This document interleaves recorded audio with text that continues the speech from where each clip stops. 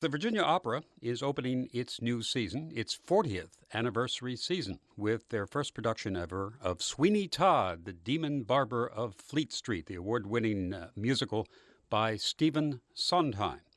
Now, this is not your typical Broadway musical. And so, in order to better understand it, Dr. Glenn Winters, the Community Outreach Musical Director of Virginia Opera, is with us this afternoon for a preview. You people who listen to Hampton Roads Public Radio, you are, as a group, extremely nice. You're educated, you're refined, you're well-mannered.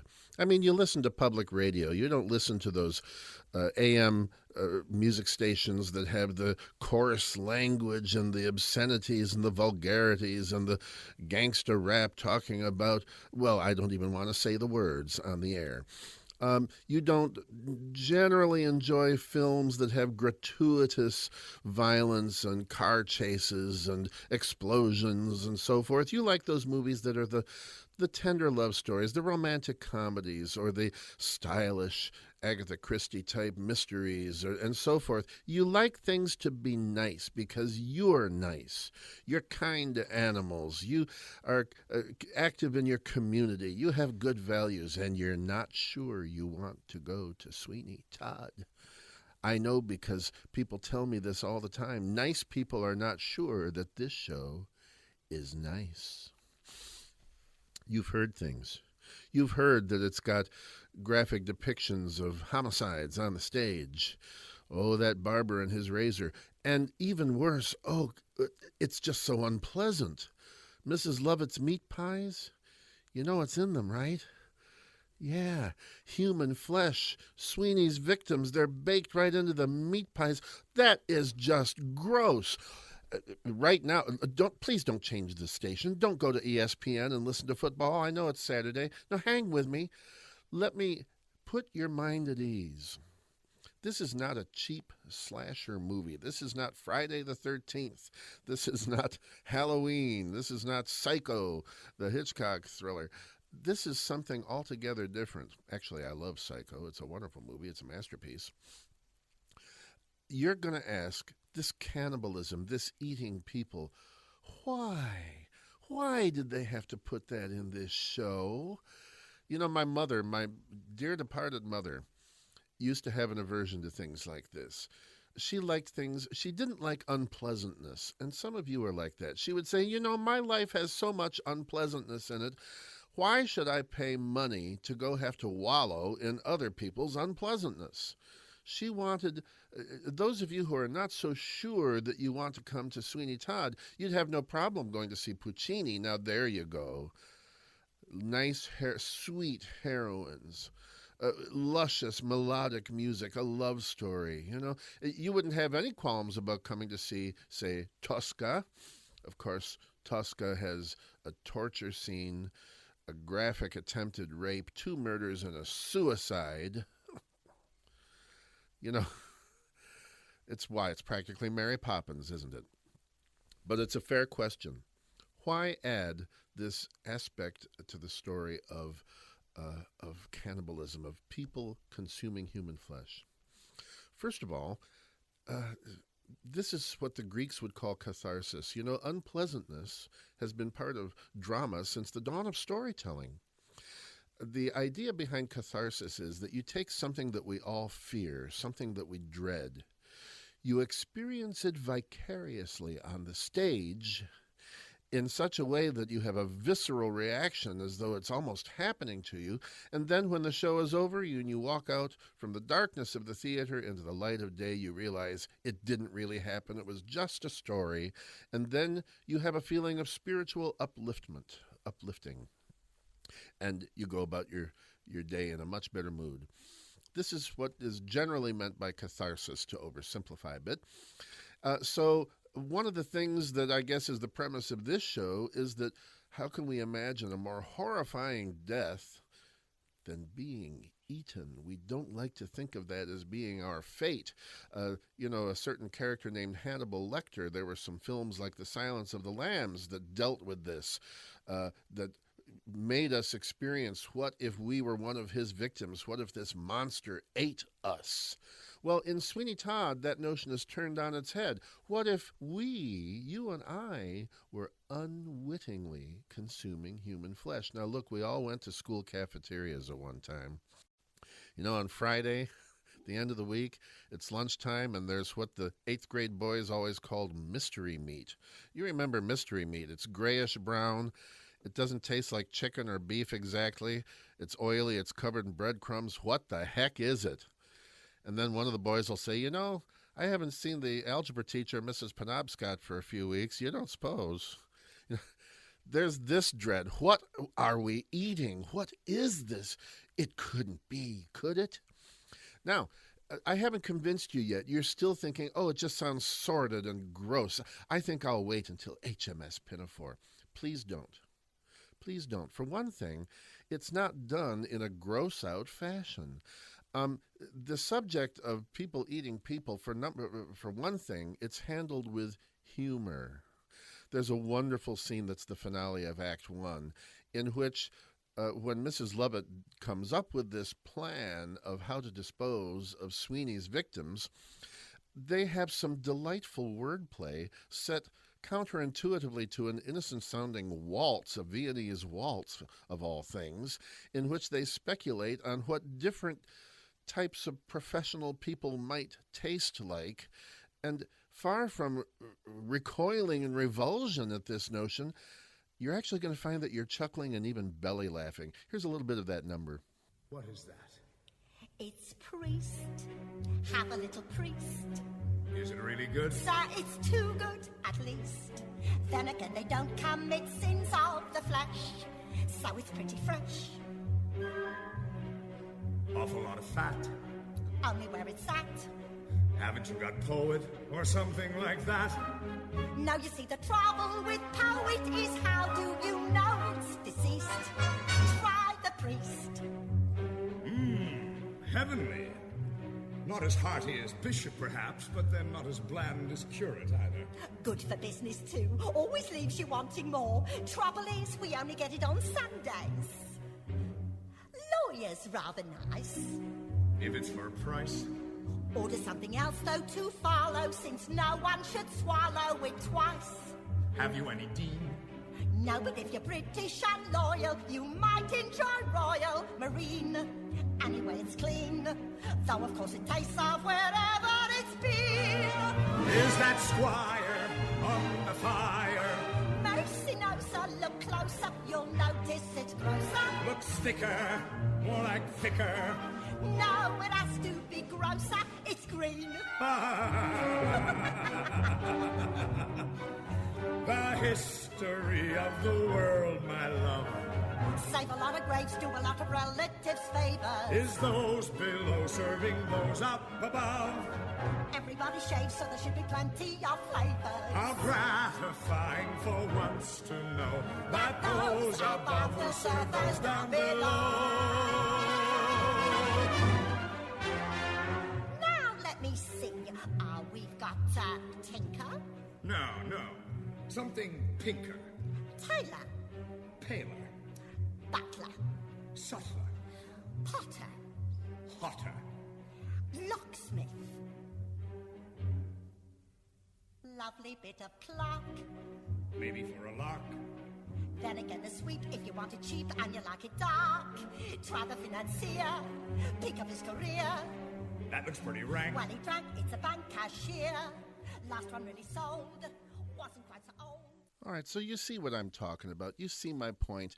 And there's something else about this business of cannibalism. Remember, this is not just mindless, tuneful, toe-tapping entertainment. This is literature. This is art. And the other reason for the theme of men eating men, mankind eating mankind, actually, Sweeney just referred to it there in the bridge between the verses. The history of the world, my love, he says to Mrs. Lovett, is those below serving those up above. You see, this business of eating human flesh is a metaphor. In all stories that take place in merry old England inevitably deal with the class system. Take My Fair Lady. You had Eliza Doolittle, the gutter snipe, who wishes to rise from the low class up to the working class and be a shopkeeper. And she is mentored by the aristocrat, the landed gentry class, Professor Higgins. Well, you have this class system at work in the 19th century milieu of Sweeney Todd's London, and it's all about how the little fish are eaten by the big fish and the big fish are eaten by the giant fish. It's man's inhumanity to man, and how the class system pits people against each other so that they are literally consumed for the benefit and the comfort and convenience and survival of those above them. So that Judge Turpin, the villain of the piece, really, in a sense, drains the life, sucks and consumes the life out of Sweeney Todd, and uses his pretty wife Lucy when he abducts her and has his way with her. Man's inhumanity to man, so that this is what you're made to think of when you see in the top of Act 2 the citizens gobbling each other unwittingly. And it's you don't have to be afraid. Sweeney Todd is everything you would want from a great music drama masterpiece. It has humanity. Obviously, it has humor. It has toe-tapping melodies for you Broadway lovers. It has soaring, rich, complex, glorious music for you opera lovers. It has the truth to tell us about aspects of life, the truth of human psychology. And it's not, you'll be fine. It's not Friday the 13th. You'll be okay. Don't miss it. So let's continue our survey of this masterpiece. As to whether it belongs in Broadway or opera, this hybrid notion, well, we know what to expect from an opening number in a Broadway show, don't we? It's that pizzazz, that high energy, optimistic drive that you expect from American optimism. And the very best example of this is from Cole Porter's Kiss Me, Kate. Now, this is an opening number. Another opening, another show in Billy Boston of Baltimore. A chance for stagecoach to say hello. Another opening of another show. Another job back. Yes, sir. Okay, so Sweeney Todd's a Broadway show, so it must have a high energy, kind of one of those that's entertainment numbers as its opening number, right? Yeah, let's see what that's like.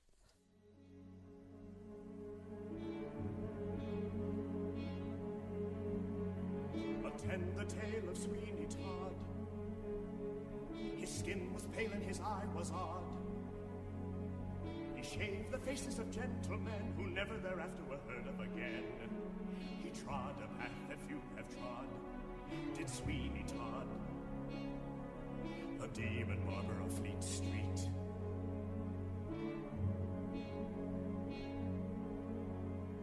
He kept a shop in London town of fancy clients and good renown.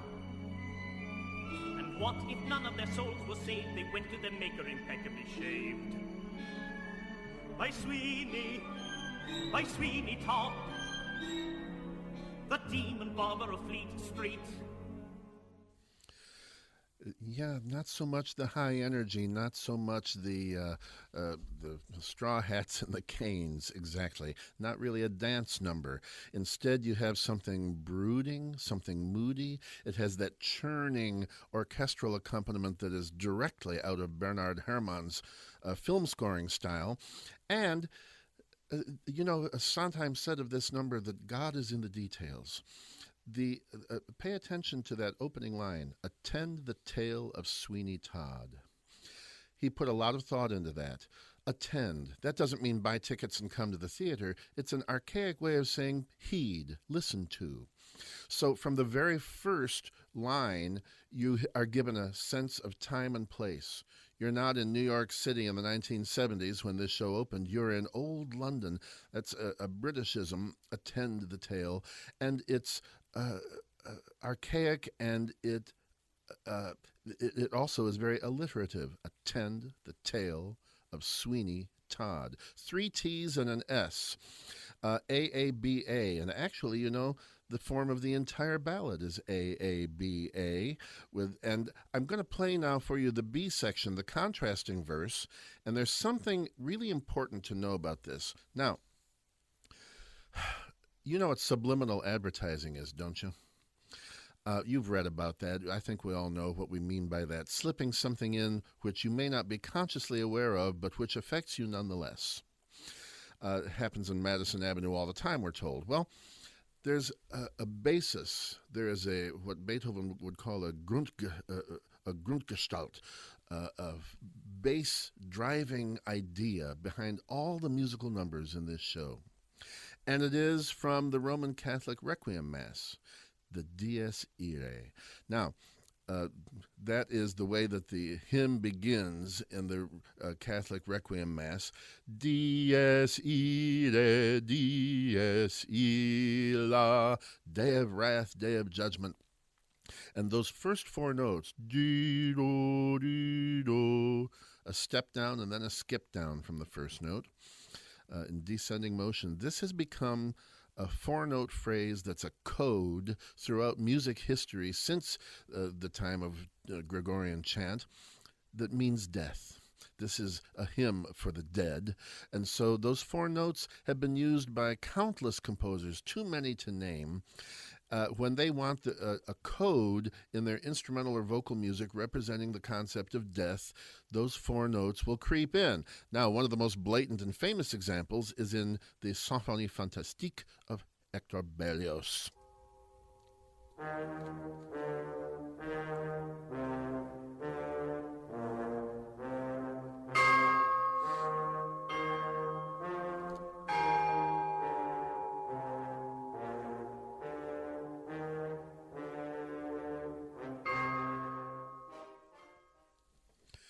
And that wasn't too subliminal. That was kind of hitting you over the head with a softball bat in your face with the Dies Irae. Our hero, the person who's the subject, our imaginary hero of the symphonie, has taken an overdose of opium and has gone to the next world. And so we're hearing the death toll for him. Now, I want you to know that the level of craftsmanship in Sondheim's score for Sweeney Todd is breathtaking, and the way that he has insinuated this four-note motive into almost every musical number is nothing short of remarkable in the imagination, the scope of his imagination.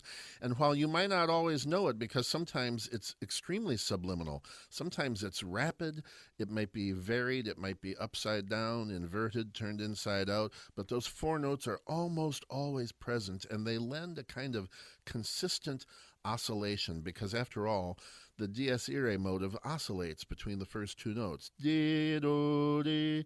There's a lot of oscillation in the musical materials of Sweeney Todd. Now, that B section of the ballad, that opening ballad that I began a moment ago, again, it's fairly blatant. The first time you hear the Dies Irae motive, it hits you right in the face. Swing your razor wide, Sweeney, hold it to the skies. Freely flows the blood of those who die. Now, during the rest of our discussion today, several times I will be... It's kind of like an Easter egg hunt, actually. It's kind of fun. Where has he hidden the Dies Irae? And I'll be pointing out, by no means all of them, we'd be here for a long time, but I'll point out some of my favorite examples of how he very sneakily inserts that motive. Now, that was the prologue. When the musical proper, when Act 1 begins, we have another go at an opening number. And again, this is much more operatic than it is Broadway, because in a Broadway musical, each musical number is a song that has a beginning, a middle, and an end. There'll be a lot of repetition. The opening of Act 1, it's listed in the score as number 2. It's a musical number. It is not a song. It has more in common with Puccini than with Lerner and Loewe. Now, let's just let this play for about 3.5 minutes, and I'll kind of give you a guided tour as the music is going on, because I don't want you to just follow the words. I want you to be aware of the changing nature of the music. It's not exactly recitative. There is dialogue in between. A great deal happens in terms of exposition of the plot, but the music is bound together by this Bernard Herrmann style underscoring. Well, let's just listen to it a little bit. So as the curtain goes up, Anthony Hope, a young sailor, is disembarking from his ship with the passenger that he rescued at sea, this strange fellow named Sweeney Todd. And this is a pleasant melody. It sounds full of youthful optimism and hope, just like Anthony's last name. Sailed the world, beheld its wonders, from the Dardanelles to the mountains of Peru. But there's no place like London. I feel home again.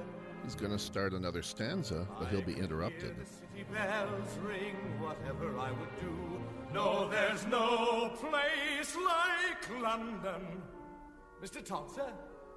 Well, what happened to our song? It's been interrupted. Life has been kind to you. A bit of recitative.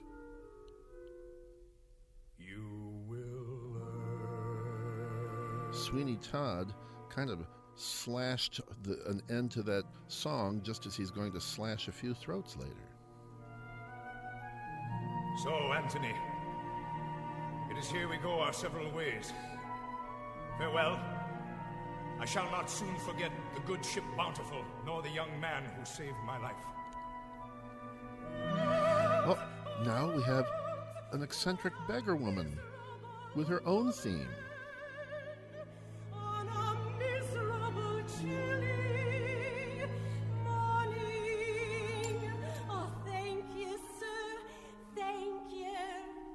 How would you like a little swift, yeah? A little jig, a little bounce around the bush? Wouldn't you like to push me crumpet? It looks to me, dear, like you got plenty there to push. She's obviously got a dual personality, a little schizophrenia going on, musically as well. What's got wandering wits? Hey, don't I know you, mister? Must you glare at me, woman? Off with you, off, I say! Then how would you like to fish me squiff, mister? We'll go jig, jig. Off, I said! To the devil with you!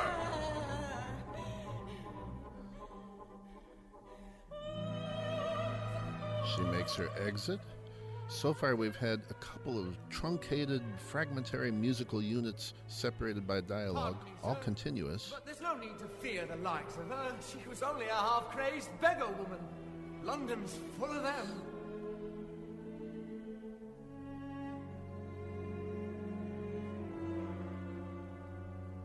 There's a hole in the world like a great black pit, and the vermin of the world Here's is yet a gathered third in musical this idea. what a pig could spit, and it goes by the name of London.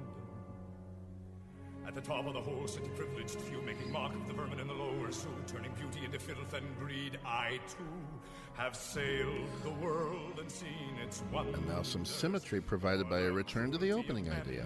Is as wondrous as Peru, but there's no place like London.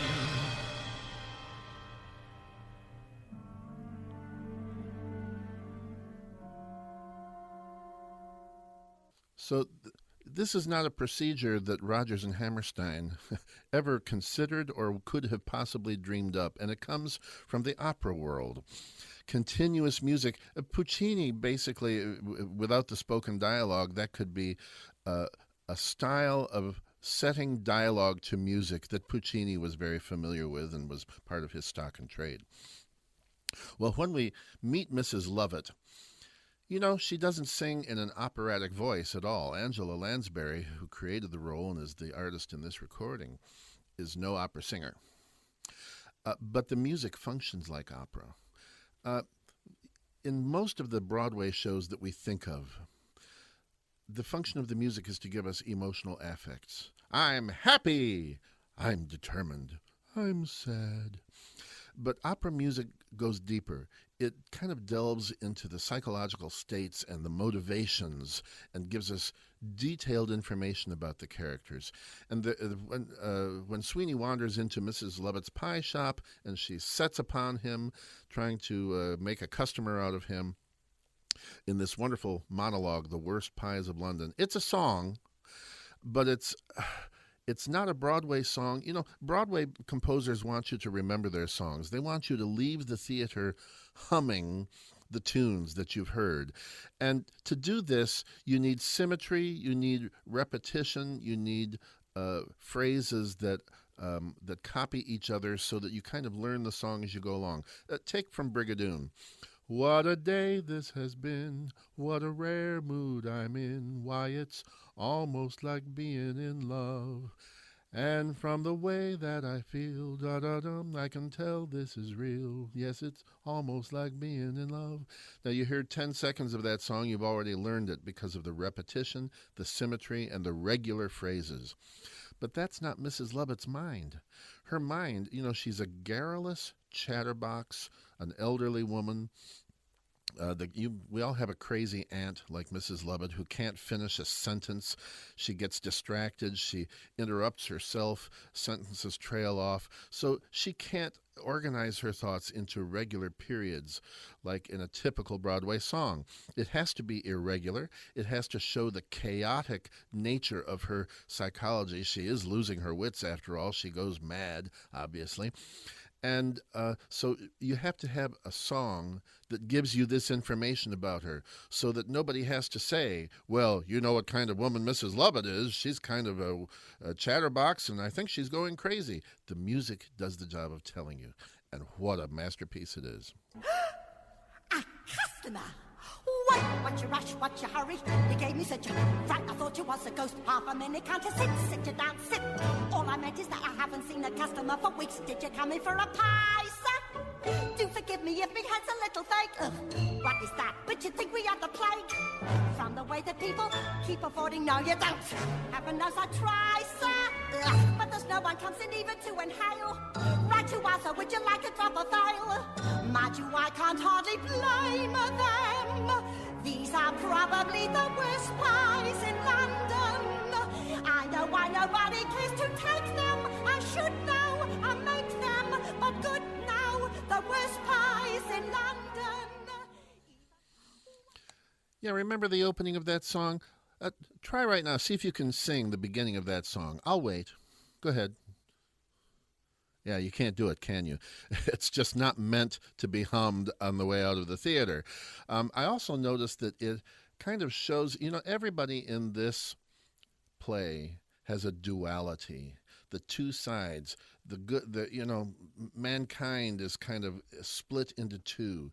The beggar woman was pitiably begging for alms and then turning on a dime, making obscene, vulgar, lewd suggestions to Sweeney. Here, Mrs. Lovett has that chatterbox, rapid-fire kind of parlando music at the beginning of her song, and then she kind of lapses into a longer phrases, the worst pies in London, da-dee-dum, da-dum-dum. So that she has two musical styles. Sweeney Todd himself is a loving father and husband and a homicidal maniac. Judge Turpin is a sexual pervert. He's also a distinguished jurist. Everybody has two sides to their nature. Now, here's a true-false question.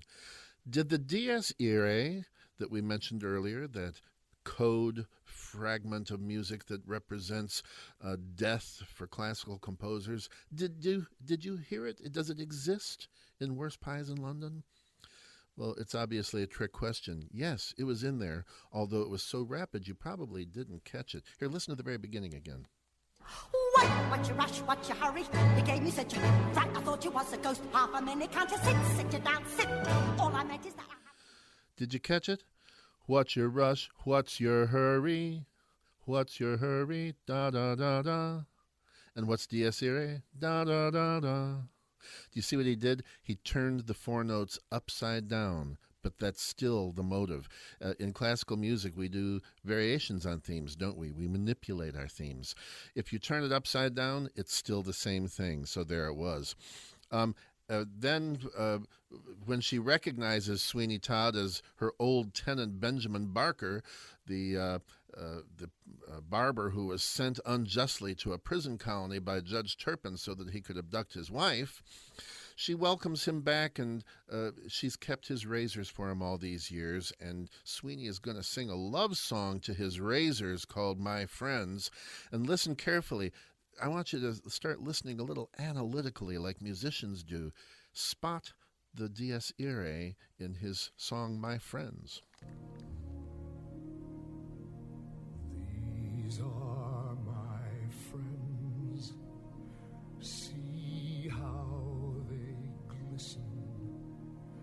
See this one shine. How he smiles in the light. My friend, my faithful friend, speak to me, friend. Did you catch it? It was actually the same version that Mrs. Lovett sang, but whereas she is a rapid-fire chatterbox, whatcha hurry? He sings it contemplatively and slowly because that's more his personality.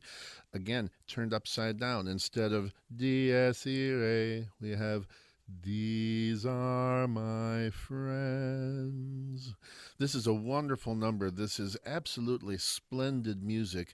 And after he starts the second verse of it, there's a bit of pathos because this is a love triangle, but one of the parties being loved is not human. Mrs. Lovett is in love with Sweeney. She always has been. And as he croons to his beloved razors, she's trying to tell him, I love you too. But he's not listening. It's a love triangle between a woman, a man, and a set of razors. And what magnificent music it is. You there, my friend. I'm your friend. Come, too, let Mr. me Todd. hold you. If you only knew, Now with Mr. the Todd, sun, oh, Mr. Todd, you're you're warm in my hand, my You friend, come home. my clever friend. Always had a fondness for you, I did. Rest now, my friend. Never you fear, Soon Mr. I'll Todd. unfold You can move in here, Mr. Todd. splendors you you never have dreamed all your days will be yours. my lucky friend. I'm your friend. Till now I'm your your shine was beauty. merely silver. Silver's good enough for me, Friends, Mr. T. you shall drip rubies. You'll soon drip precious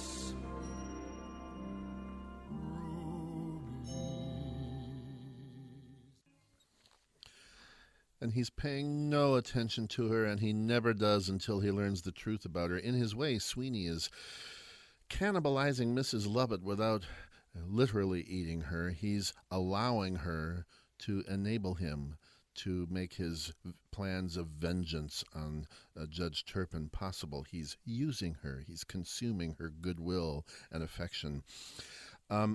Now, we don't even know the worst about Judge Turpin yet, do we? It turns out that not only did he unjustly convict Todd and abduct and rape Lucy and then install her in an insane asylum, he also kept their baby daughter, Joanna, as his ward. And now 15 years later, as Joanna is of marrying age, he intends to marry her himself. So Joanna, kind of like Rosina in The Barber of Seville, who is the ward of Dr. Bartolo and rescued by the Count, we have a parallel situation. Joanna is the ward of the evil Judge Turpin, and she's going to be rescued by the aristocratic, at least in nature, sailor boy Anthony Hope. Not an actual aristocrat, but he is the corresponding character to the Count Almaviva in Rossini. So we meet Joanna, who has a fondness for birds. There's a bird vendor on the street below, and she enjoys feeding her breakfast crumbs to those caged birds, and she identifies with them. There's that famous poem, Maya Angelou, I Know Why the Caged Bird Sings. This is something that Joanna really relates to. She is a little bit neurotic, I think any of us would be, and I think the nervous quality of her solo, Greenfinch and Linnet Bird, gives us that information about her. She's damaged, and I think she knows it. Greenfinch and linnet bird, nightingale, blackbird, how is it you sing? How can you jubilate sitting in cages, never taking wing? Outside the sky waits beckoning, beckoning, just beyond the Mars. How can you remain staring at the rain, maddened by the stars? How is it you see? And now I'm going to show you something that I think is really cool, and I hope you agree with me. Yes, the Dies Irae made an appearance in Greenfinch and Linnet Bird. Listen to the opening again, see if you catch it. Greenfinch and linnet bird, nightingale, blackbird, how is it you sing? Oh, did you hear it? Listen, when she sang, nightingale, blackbird, leave out the word black. What do you have? Nightingale, bird. It just had a passing tone on the syllable black, and that is an exact quote of Dies Irae. And think about the words that he, the words that he chose to set to the death tune. Nightingale, blackbird. As Joanna sings of night and black, she is singing the tune of death. Folks, this is the level of detail. Did the opening night audience in 1976 that came to the theater to hear the world premiere of Sweeney Todd, did some husband nudge his wife and say, "Did you hear that, Mabel? On the words night and black, she sang the Dies Irae. Gosh, I'm glad I came." No, but it's there. And it informs the music and gives it a characteristic that works on us subliminally. Well, Anthony determines that he's going to rescue his Rosina. He's going to play Count Almaviva. He probably doesn't know that opera. But and Judge Turpin, of course, is his antagonist, his nemesis. He's going to try to prevent Anthony from doing that. There's a wonderful... I'm going to play you this next excerpt because I love it so much. I know that those of you who love opera, you want some soaring vocal writing. You want some passion that you would expect from Verdi, Puccini, and Richard Strauss. Well, Sondheim's going to give it to you when the moment calls for it. We have, again, a fairly neurotic passage for Joanna as she and Anthony are making their plans to elope, while on the other side of the stage, here come Judge Turpin and his assistant, the Beadle Bamford. Beadle is suggesting that, recommending to Judge Turpin that he go visit Sweeney Todd, the wonderful new barber, to get a shave to prepare for his wedding to Joanna. And the four voices combine in a quartet that is just one of the best things ever.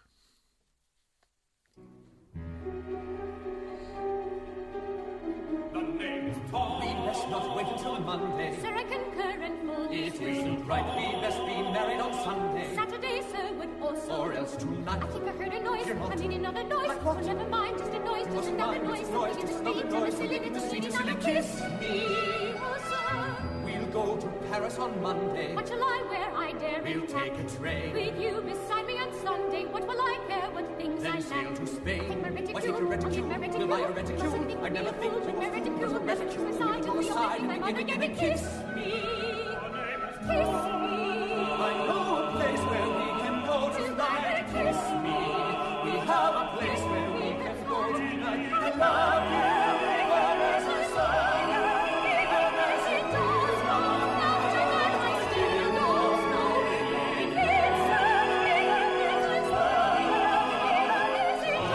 After that I still don't know. Anthony. Be merry, Anthony, Sunday. That's what you'll do no matter what. And I knew I'd come to you one day, only afraid that you'd forget. much better than a Friday the 13th movie in my book. The music, when it takes wings, it really gets altitude. Now, how about some Dies Irae? Again, let's go back and let's get on our hands and knees with a magnifying glass and examine this music, because I show you a wonder. Listen to Joanna's opening phrase when she sings Kiss Me. He means to marry me Monday. What shall I do? I'd rather die. I'll swallow poison on Sunday. That's what I'll do. I'll get some pie. Listen to the words there. At one point, her first phrase finished, I'd rather die. Her second, so she's thinking about death, about suicide. Her second phrase ended with the words, I'll get some lie, or I'll drink some lie, whichever it is. Did you hear what she's saying? I'd rather die. I'll get some lie. When she's singing about her suicide, that she doesn't really mean, she's employing, unwittingly, the Dies Irae motive. It informs the music. This is craftsmanship. This is what makes it sound different from Oklahoma or any other opera. Well, Turpin takes up the Beatles' suggestion, and he shows up in one of the first climaxes of the play to get a shave. And, Sweeney wants to savor the moment. This is like when in a detective show, when the villain shoots all the other victims immediately, but when he gets the hero, you think, why don't you just do it? Why are you waiting around? Of course, which gives the hero time to undo his handcuffs. We have a similar thing. Looking back on it, Sweeney would probably agree he should have just slashed the judge's throat the moment he sat down, but instead he wants to toy with him. He wants to savor the moment. So he starts making small talk. He knows that the judge is obsessed with women, so to kind of condescend to his level, he starts singing about pretty women, and this is music to the judge's ears. So the two of them sing this ironically lush and beautiful ode to the female sex. Pretty women, silhouetted, stay within you, glancing, stay forever, breathing lightly. Pretty women, blowing out their candles, combing out their hair. Even when they leave, they still are there. Ah, pretty women at their mirrors, letter writing, whether watching how they make a man sing proof of heaven as you're living. Pretty women, sir, pretty women, yes, pretty women, pretty women. And of course, to Sweeney's great frustration, just at the moment when he's poised to strike, Anthony bursts in, and his plans will have to wait for another day. Okay, now you know I've got a one-track mind. I want you to be aware of the detail in this music. You know, I don't even think I need to play the excerpt for you that I had queued up. That entire duet was nothing but four-note phrases, nothing but Dies Irae. Pretty women, da-da-da-da, ya-da-da-da, Dies Irae. Where the first note, the second note goes up instead of down, instead of da-da-da-da, da-da-da-da. Everything that they sing are these four-note phrases in that duet, which are derived from the Dies Irae. Well, now comes a really visceral, violent, shocking monologue in which Sweeney snaps mentally and turns into the killing machine that he will be for the rest of the show, because he's so frustrated that Judge Turpin has seemingly escaped that he decides he's going to vent his frustration on the rest of the human race, because, after all, we all deserve to die. No, we all deserve to die. Tell you why, Mrs. Lover, tell you why. Because the lives of the wicked should be made brief, for the rest of us death will be a relief. We all deserve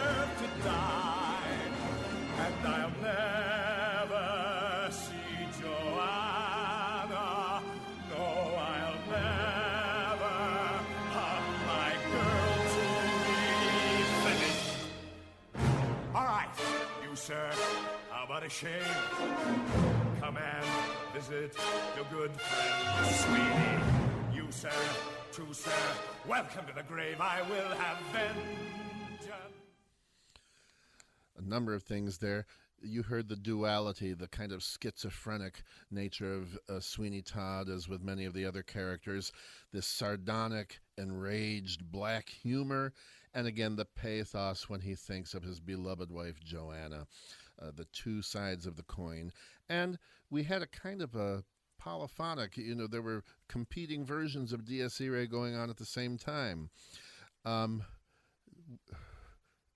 He was singing an inverted version of it, while in the low brass, in the trombones and the tubas, in the accompaniment, we had this bleating bum, bum, bum, bum, bum. But did you catch it? See if you can hear it now. Listen to this little excerpt. But not for long. They all deserve to die.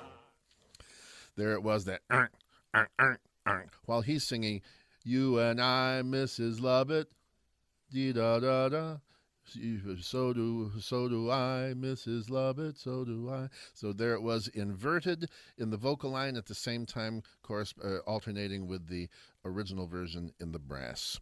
He's singing about death, and it's all over his music. Now, I have just a few more things. The Act 2 is musically a good deal shorter than Act 1. We've already heard the finale, that marvelous bit of almost Gilbertian wordplay in the song about Have a Little Priest. I think perhaps the most impressive number, which I would describe as Mozartian, opens Act 2. A remarkable, complex ensemble with, I would say, almost the complexity of one of Mozart's finales, like the Act 2 finale of The Marriage of Figaro, in which we see what has become of the agreement between Sweeney and Mrs. Lovett for him to be her meat supplier and her to be his disposal, means of disposal of the victims.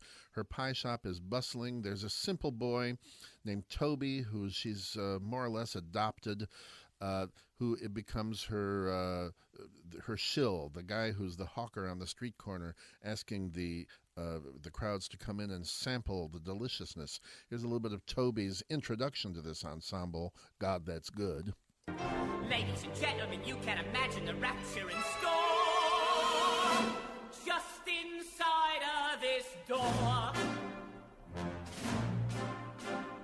There you'll sample Mrs. Lovett's meat pies, savory and sweet pies, as you'll see.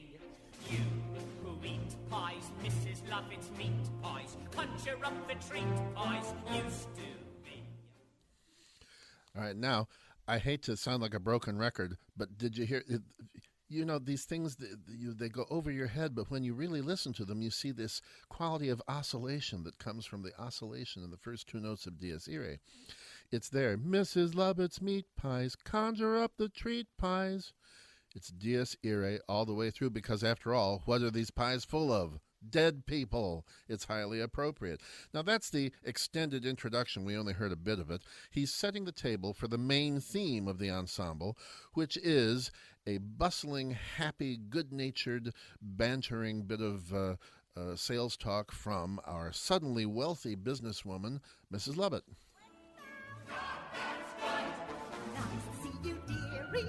How have you been keeping? Corn bounce is weary. Toby, one for the gentleman. Hear the birdies cheeping. How's to keep it cheery? Toby, throw the young woman out. That's good. What's your pleasure, dearie? Now we don't cut slices. Call me ours is blurry. Toby, none for the gentleman. I could up me prices. I'm a little leery. Business couldn't be better though. That's good. Then we get to a contrasting section, which is less energetic. It's more grandiose, because up in his barbershop, Sweeney Todd is taking delivery of a specially designed custom barber chair, one which will also serve as a slide to slide his freshly slain victims down to the bakehouse. And when it arrives, He is bursting with, I guess you could say, professional pride, and sings a grand, almost Verdian melody. Is that a chair fit for a king, a wondrous, neat, and most particular chair?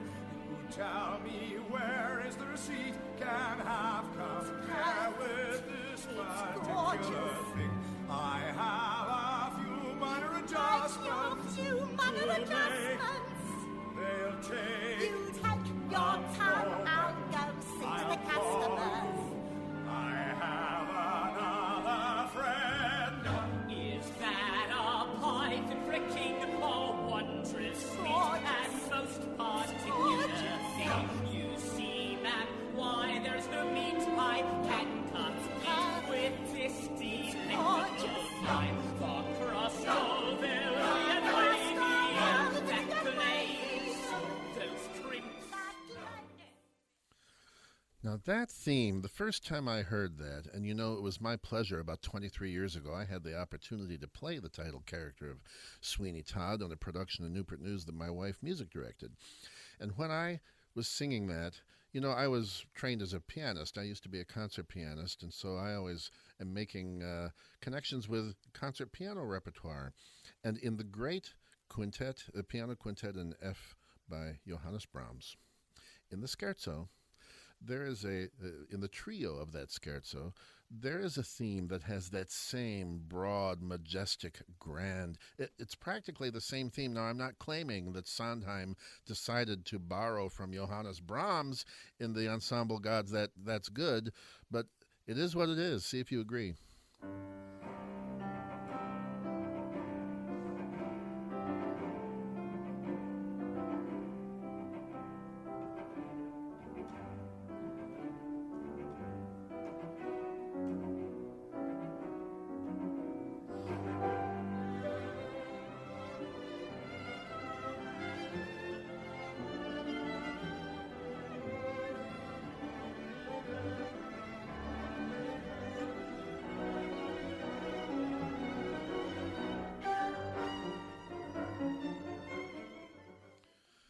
Friends, you may see a lot of productions of Sweeney Todd in your life, and you may hear a lot of lectures about it. I fancy that I'm the only guy who's ever going to compare it to Johannes Brahms. I'm pretty confident about that. All right, and then, of course, there is a fabulous ending in which the disparate musical themes that we've heard are all combined to make a thrilling ending, bringing one of the great ensembles in all of music theater to a close. This way, sir. Fresh surprise! How about this theory? Different from Inkling, just because my theory told me that what you don't see have a name. Positively eerie, tell me, rather you want it out. That's good, that is the ambulicious everything sounds such, oh my God, what a thing, oh, that's Of course, the obsessed populace do sound a little robotic. They sound a little bit inhuman because, again, they are unwittingly taking part in man's inhumanity to man. So it's appropriate that they sound a little less than human right there. Well, you know, I've got to wrap this up, but it's a shame because I could talk for about 4 more hours going into detail like this. Those of you who are thinking, polyphony counterpoint we had in that conclusion to that ensemble, that's well and good, but can't he just write some good toe-tapping tunes? That's what I like in a show. Oh, like maybe when Mrs. Lovett is trying to get domestic and cozy with Sweeney, and now that they've got some financial resources with their success, maybe they could take a little seaside vacation, a tune like this.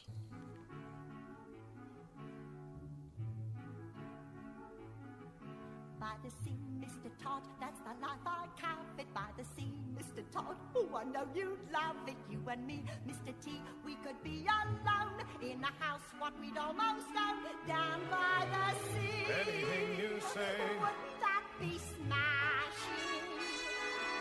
With the sea at our gate, we'll have kid and herring. What have swum to a strait from the straits of Bering. Every night in the kit, when we're through our gippers, I'll be there slipping off your slippers by the sea. With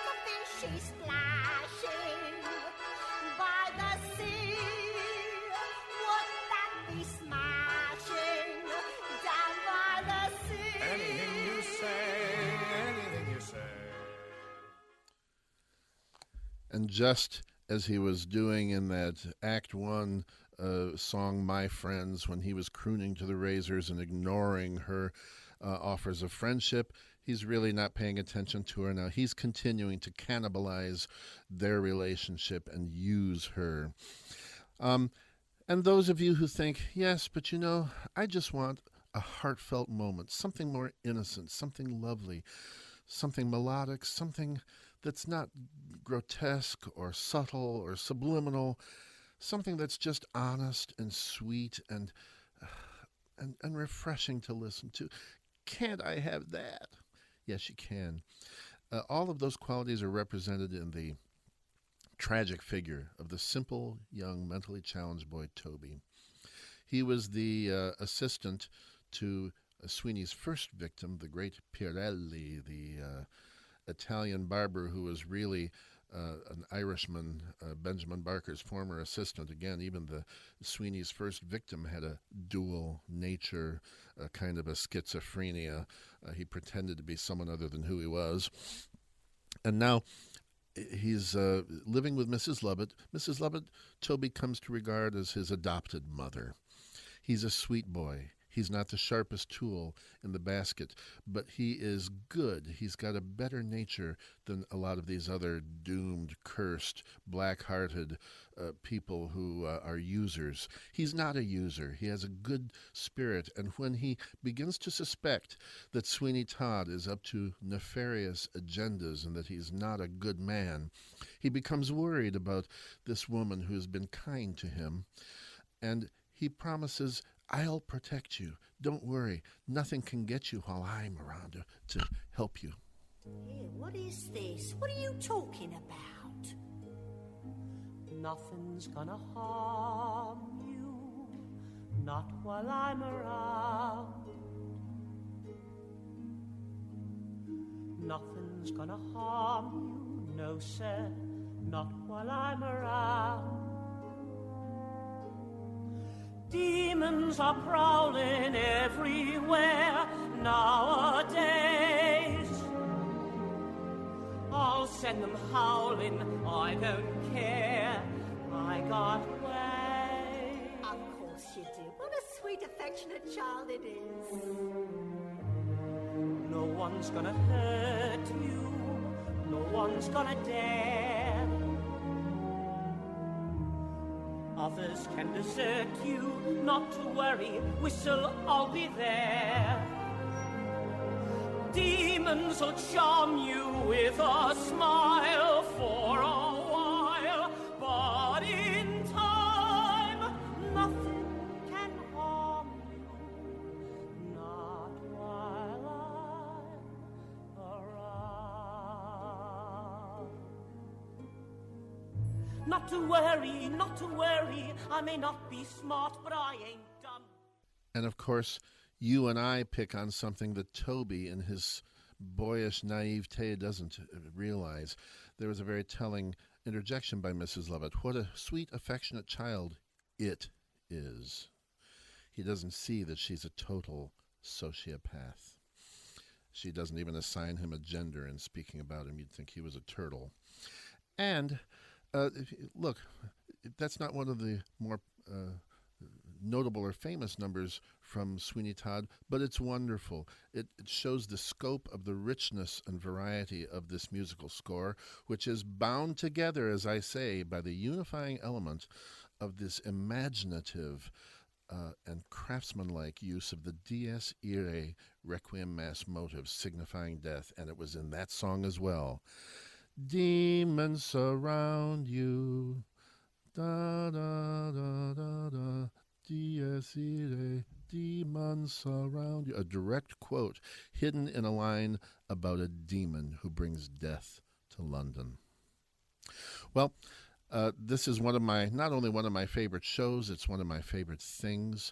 Don't miss it. A show like this doesn't come around to our neck of the woods too often. It's an event, and I hope that you'll be part of it, and I hope that I'll see you at the opera.